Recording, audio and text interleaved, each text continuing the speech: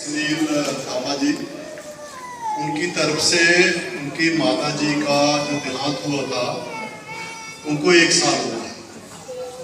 तो 1 साल के बाद आमतौर पर हमारे समाज में एक रवायत है कि हम उनको याद करते हैं, बैठते हैं, तो जो हमारे बुजुर्ग हुए हैं उनको याद करते हैं, उनके सगे संबंधी आते हैं, उनके आस पड़ोस वाले लोग आते हैं और फिर क्या कहते हैं कि वहाँ प्रवचन होते हैं, धार्मिक प्रवचन होते हैं, अपने महापुरुषों के बारे में वहाँ पे बताया जाता है। माता जी मेरे पास बैठी थी, वो कह रही थी हमने ऐसा बंदा कोई देखा नहीं है ना, ऊपर से टेंट कराई हुई है। तो कहते हैं हम तो वो हरिद्वार वाले बाबे देखते हैं या और दूसरे बाबे देखते हैं, ऐसा बाबा हमने देखा नहीं। कहते कोई बात नहीं, रोज कोई ना कोई हमें नई शिक्षा मिलती है। तो आज के दिन ये हमारे जो मंत्री जी बैठे हैं, हम बुद्ध धर्म में जो बाबा साहब डॉक्टर अम्बेडकर ने कहा था कि हमारा धर्म पुराना जो है बुद्ध धर्म है, किसी वजह से हमें जो है वो नीच बना दिया गया, तो जो बुद्धिस्ट थे उनको नीच बोलते हैं। ये उसी के प्रचारक हैं, इनका नाम है संघ प्रिय, बनते संघ प्रिय। ये बेसिकली उत्तर प्रदेश से हैं, लेकिन पिछले 20-25 साल से ये एक जलंधर डिस्ट्रिक्ट है, वहाँ पे एक हमारा बुद्ध विहार है, वहाँ पे ये रहते हैं और वहाँ से ही अपना प्रचार करते हैं। तो ये अभी पंजाब से आए हैं, इनका नाम संघ प्रिय है। इनके साथ एक और जलंधर से हमारे साथी हैं राजकुमार जी, ये भी बुद्ध धर्म का प्रचार जो है ये पंजाब में करते हैं। इनके साथ और भी साथी आए हैं हमारे साथ, यहाँ पे हमारे डिप्टी कमिश्नर रिटायर्ड राव साहब हैं, हमारे बड़े पुराने साथी रुमाल सिंह जी जो हैं, वो इस एरिया में काफ़ी देर से बाबा साहब के ऊपर जो है वो काम करते रहते हैं। हमारे बीच में मैं देख रहा हूँ हमारे एक्स मिनिस्टर जो है यशपाल कुंडल जी हैं, मैडम जी यहाँ बैठी हैं। ये अपनी पूरी ज़िंदगी जो है समाज को जगाने में, समाज के वेलफेयर के लिए जो भी जो काम होता है वो करते हैं, वो हमारे बीच में है। इससे हमारा जो है हमें गर्व महसूस होता है और हम फील करते हैं कि हम लोग जो है अच्छी राह पर चलते हैं। मैं ज़्यादा वक्त न लेते हुए बस आपको इतना ही कहना चाहूँगा कि हमारी जो स्थिति आज है, उस स्थिति के कुछ कारण हैं।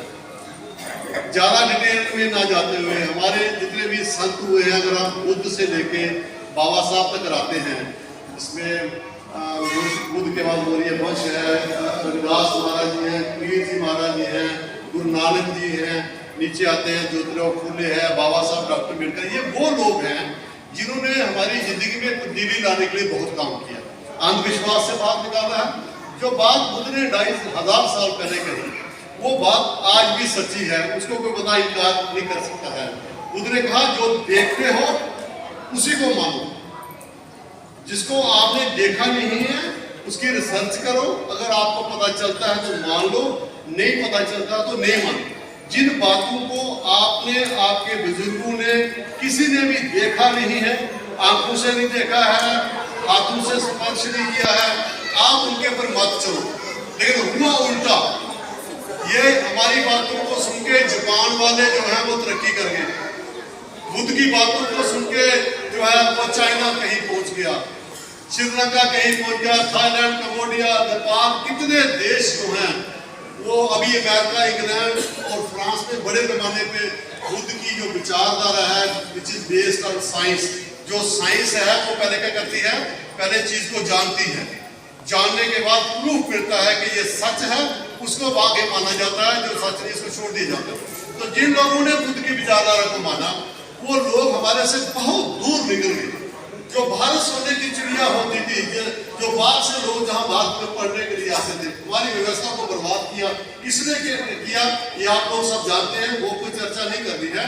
तो बाबा साहब डॉक्टर अम्बेडकर ने 2 मिनट में अपनी बात खत्म करके, बाबा साहब डॉक्टर अम्बेडकर ने सारा संघर्ष को इकट्ठा किया, संघर्ष को इकट्ठा करने के बाद संविधान मिले और जाते जाते लोगों को पढ़ने का अधिकार दिया, लोग मंत्री बन गए, लोग डीसी बन गए, लोग डॉक्टर इंजीनियर बन गए। लेकिन वो बातें तो हमने बाबा साहब की मान ली कि रिजर्वेशन ले लो, स्कॉलरशिप ले लो, रिजर्व सीट से जीत जाओ, रिजर्व सीट पे डॉक्टर इंजीनियर बन जाओ। एक बात हमने नहीं की जिसका फायदा आज भुगत रहे, और 7-2 साल के बाद पता नहीं हमारे साथ क्या हो जाएगा।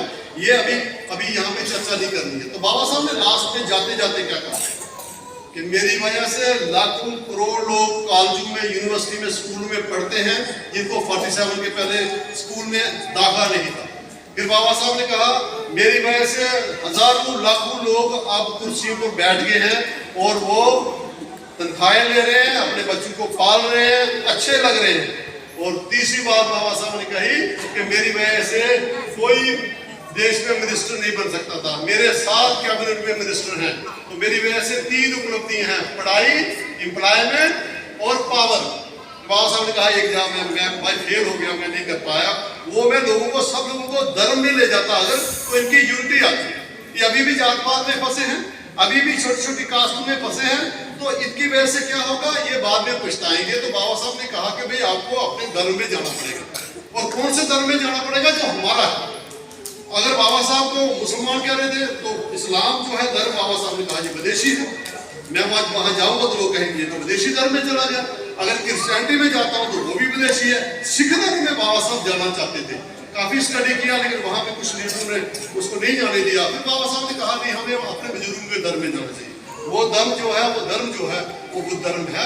और बाबा साहब ने कहा अगर आप वहां जाओगे, आप क्योंकि भारत के 85% 90% लोग जातों में फंसे हो, अगर आप वहां से निकल जाओगे, बुद्ध धर्म इक्वालिटी में विश्वास करता है, बुद्ध धर्म जो है वो लोगों के भाईचारे पर विश्वास करता है, बुद्ध धर्म में आपको फ्रीडम है। तो बाबा साहब के लिए बुद्ध धर्म में 3 चीजें नजर आई, एक बराबरी, एक आजादी, एक भाईचारा। अगर ये तीनों चीजें किसी समाज में होंगी, लड़ाई झगड़े खत्म हो जाएंगे, लोग शांति तरीके से रहेंगे। ये बाबा साहब चाहते थे। इसका सबसे ज्यादा नुकसान हमारे पढ़े लिखे लोगों ने किया, इसका सबसे ज्यादा नुकसान हमारे नेताओं ने किया। उन्होंने क्या किया कि पार्लियामेंट में, असेंबली में संविधान को नहीं बचाया, संविधान खत्म हो गया। हमारे पढ़े लिखे लोगों ने नौकरी करनी थी, उनको समाज को जगाना था, उन्हें नौकरी की, प्रमोशन भी घर में बैठ गए। आज नौकरियां भी चली गई, प्रमोशन भी चला गया, धर्म भी नहीं मिला। हम वहां के वहां पहुंच गए, उसके रिवाइवल। ये बाबा साहब ने कहा था कि आप बेशक गरीब रहेंगे, लेकिन आपको ज्यादा एजुकेशन भी नहीं होगी, लेकिन अगर आपका धर्म होगा, धर्म आपको प्रोटेक्शन देता है। जैसे सिख लोग हैं, अगर एक सिख को मारा जाता है तो सारे सिखों को तकलीफ होती है, यार हमारे भाई को क्यों मारा, तो उनको तकलीफ होती है, उसकी मदद करने के लिए आते हैं। मुसलमानों को मारता है तो सारे मुसलमानों को तकलीफ हो जाती है, वो कहते हैं हमारे भाई को क्यों मारा। इंडिया में मारा जाए, सऊदी अरबिया में हड़ताल होती है ना, होती है ना। क्रिश्चियन को मारा जाए, यहाँ अमेरिका में लोग हड़ताल करते हैं। और यहाँ के लोगों को जब कोई अपने लोग मारते हैं, कोई बोलता नहीं, हमारा धर्म कोई नहीं, बोले को जिनके साथ रहते हैं वही मारते हैं। तो बाबा साहब ने कहा आपकी पहचान अलग होनी चाहिए। उसी चीज को मद्देनजर रखते हुए हमने कोशिश की है कि बाबा साहब डॉक्टर अम्बेडकर की वजह से जिन लोगों को बेनिफिट हुआ, चाहे वो नौकरियों में है, चाहे वो सियासत में है, चाहे वो यूनिवर्सिटियों में है, हर बंदे की ड्यूटी है कि वो जाने हम कौन थे, हम कैसे नीच बन गए, फिर ऊपर उठने के लिए क्या क्या किया गया, उसको कैसे खत्म किया जा रहा, धर्म में क्यों जाना है, हमारा धर्म क्या कहता है। ये सारी चीजों का प्रचार जो है पूरे भारत में हो रहा है। हम भारत को मजबूत देखना चाहते हैं, हम भारत में भाईचारा बनाना चाहते हैं, जातदारी, धर्मदारी जो नफरत है वो खत्म हो जाए। ये बाबा साहब का और हमारे सारे संतों का जो है ये सपना था। हमारे से ही लोग दुखी होकर सिख बन गए, हमारे से ही दुखी होकर लोग मुसलमान बन गए, हमारे से ही दुखी होकर लोग जो हैं वो क्रिश्चियन बन गए। तो ऐसा क्यों हुआ? क्योंकि जात पात की वजह से हमारी इज्जत मान को ठेस पहुंची थी। उसी चीज को मद्देनजर रखते हुए हम अपने दम का जो है लोगों को बता रहे हैं, हमारा दम क्या था, भारत का दम क्या था। मुझे उम्मीद है कि जो उपराला हमारे सुनील थापा जी ने उनकी फैमिली ने किया है, ये बहुत मुश्किल होता है। स्टेज पर बातें करना बड़ा मुश्किल होता है। जब घर में कोई फंक्शन आता है ना तो लोग डर जाते हैं, महाराज हम ऐसा करेंगे तो पता नहीं क्या हो जाएगा, रिश्तेदार क्या कहेंगे। तो मैं ये सारा श्रेय जो है ये सुनील थापा को, उनके भाई, उनके जो घर के फैमिली के मेंबर हैं, उनको बधाई देता हूँ कि आपने ये तरह कदम जो है उठाया है। हो सकता है आपको देख के हमारे जैसे लोग भी जो है वो और भी मेहनत करें और हम भी इस सिस्टम के साथ बन जाए। हम कोई ऐसा काम नहीं करना चाहते जिससे समाज में खराब हो, समाज में कोई नफरत हो, देश मजबूत हो। उसके लिए जरूरी है कि जो मेजॉरिटी के लोग हैं उनका कोई अपना जो है वो पूजा पद्धति होनी चाहिए। उनको कैसे जो है वो अपने रीति रिवाज करने चाहिए। आपका घर बन रहा है उसका उद्घाटन कैसे करना है, आपकी शादी हो रही है आपको कैसा करना है। तो इसलिए अपना सिस्टम होना चाहिए, उस सिस्टम को हम बनवाएं। आपका आपका बहुत बहुत धन्यवाद। आप ध्यान से सुनेंगे, सिर्फ आंखें नहीं बंद करना। जैसे सत्संग में लोग सो जाते हैं ना, सोना नहीं, आंखें खोलना, दिमाग खोलना, जो बाबा जी बताएंगे देखना, गलत है जो ठीक है, तो उसको मुझे उम्मीद है। आखिर में मैं आपको एक सूचना देना चाहता हूँ।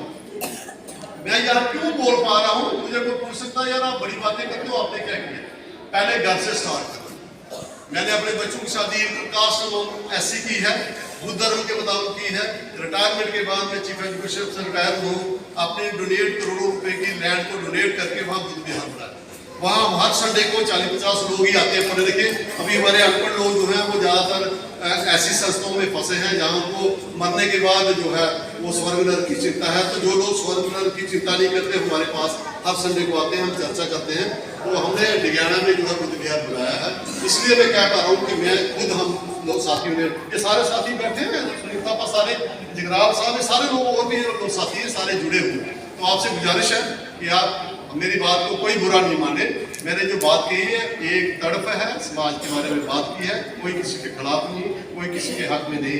मैं आप गुजारिश करता हूँ कि बनते जो हमारे संघ प्रिया जो पंजाब से आए हैं वो आप दान प्रवचन जो है वो करें। सब उनको बहुत बहुत धन्यवाद, बहुत बधाई देता हूँ।